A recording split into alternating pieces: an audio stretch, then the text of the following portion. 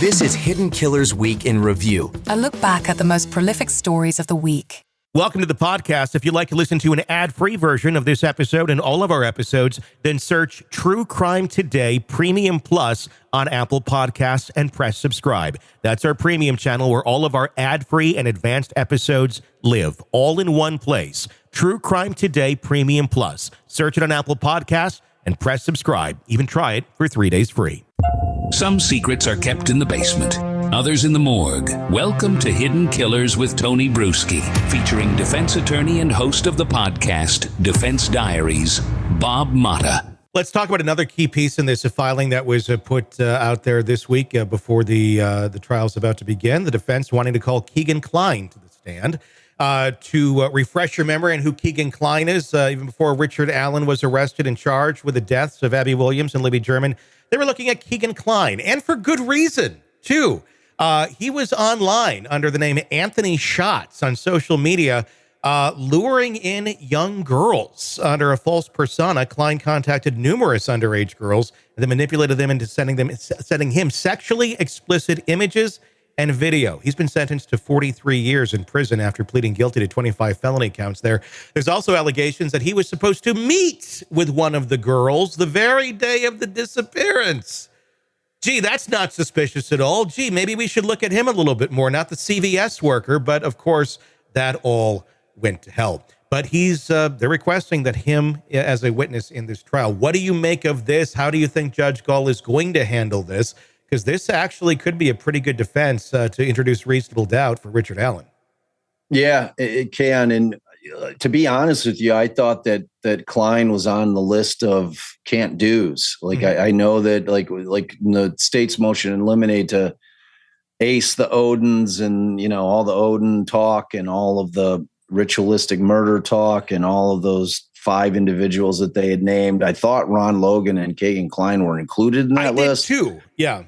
But I think what may have happened is that there was for the state's forensic phone guy was doing one final updated Cellubrite extraction on Libby's phone, which the last time that we were in the hearings back in August for that 3 days of hearings, I think it was the end of July, early August, he had stated that I'm hoping to get this report to the defense by, I think it was like August 13th. And maybe, just maybe, they found something in those reports that is a connection between Kline and this, or that Anthony Shots account and Libby's phone, which certainly would be a nexus. That would be something that I don't know how Gull would keep that out, because if that's not a nexus to the crime, I don't know what is. If they found communications between him drawing the girls out to the bridge that day, that would be pretty smoking gun evidence, and that certainly would qualify as a nexus to the homicide. So, I would think that would change the whole case. If we find that he was luring them out there that day. He says, I never intended to do anything or meet with them. I was just, tell that to everybody that Chris Hansen meets.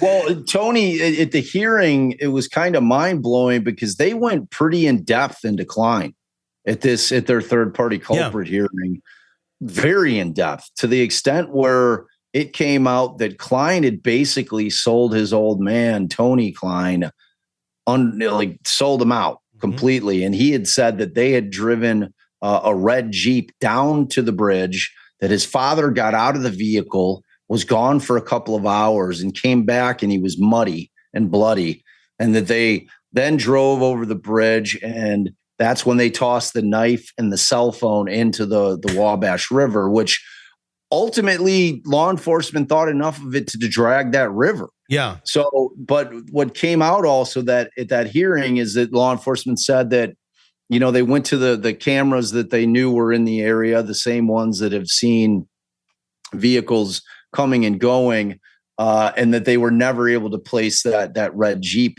coming or going. The defense brought up, well, there's ways into Logan's property through the cemetery that wouldn't be caught on camera. So, they're obviously going for it, and if they have that phone connection, if they have that data from the phone that puts them anywhere in terms of contacting Libby and drawing them out to the bridge that day. It's very interesting because, the state came back during that hearing and said, look, well, both their phones were at the residence. So, but who gives a shit? Yeah. Like, what about burners, man? It's like that means nothing. They could have had their phones because they're not idiots. They left those at the house. Yeah. And they're operating with burners, or they don't bring their phones, which is, if you're going to be committing heinous crimes, it's advisable not to bring your cellular device with you because it's literally you're on the grid. It's a tracking device. It's going to, you're caught. Yeah. So, I mean, it's going to be interesting, man. It's going to be really interesting. There's going to be a lot of stuff. Like, this is not going to be a defense where they're just going to rest. Yeah. They are going to be putting a lot of evidence on, and it's going to be really interesting. They've come this far. Hopefully they can get their case out there and the jury can hear at least some semblance of it. I mean, look, they're going to attack the timeline. Yeah. There's no question about that. They're going to attack the investigation. There's no question about that. And they're going to try as much as they can to get as much reasonable doubt in there by pointing the finger at other people as much as Gull will let them get in. Yeah. So it'll be a heck of a trial. And then you've got to balance that against there's going to be this war on these confessions that's going on. And I don't know if you saw it because you were probably working all morning, but the most recent motion that came out today was a motion where they were asking the court to certify Monica Walla, who was the prison psychologist or psychiatrist that was treating Richard Allen back when he was in Westville, the first prison he was at, and who was the doctor who was treating him when he was going through that psychotic break, when he was eating his own feces and running into the cinder brick wall with his head and made all these confessions during this 3-month period of time. Yeah. She was the doctor. Apparently, after that hearing, when she testified, unbeknownst to the defense, she lost her job, which doesn't surprise me based on some of her answers on the stand that day. But apparently, she actually lives in Cook County. And that makes her an out-of-state witness. They believe that the information that she has is material, so they're asking the judge to certify her as a material witness, making it easier for them to be able to issue those out-of-state subpoenas and haul her back to court in Indiana. Yeah. So that was filed today. So it's got all the earmarks for a real war in there, man. Yeah. It's going to be super fascinating to watch. You're going to be in the courtroom fighting people in the morning. No, I'm taking that seat. Fight a valiant fight, my friend. I can't wait to hear it. I shall. All right, Bob Motta, defense attorney, the podcast Defense Diaries, and we'll hear more from you all week from the courtroom. You got it, brother. Welcome to the podcast. If you'd like to listen to an ad-free version of this episode and all of our episodes, then search True Crime Today Premium Plus on Apple Podcasts and press subscribe. That's our premium channel where all of our ad-free and advanced episodes live, all in one place. True Crime Today Premium Plus. Search it on Apple Podcasts and press subscribe. Even try it for 3 days free. All right, true crime addicts, let's cut the crap. You're knee-deep in the gory details of your favorite podcast when suddenly a commercial hits like a bad meal. Seriously? You deserve better. Upgrade to True Crime Today Premium Plus on Apple Podcasts, where you can binge without those annoying ads. Plus, get extended interviews that go deeper into the darkness and early access to episodes so you can be the first to know. It's like trading up from fast food to fine dining, but with more blood. So, go ahead.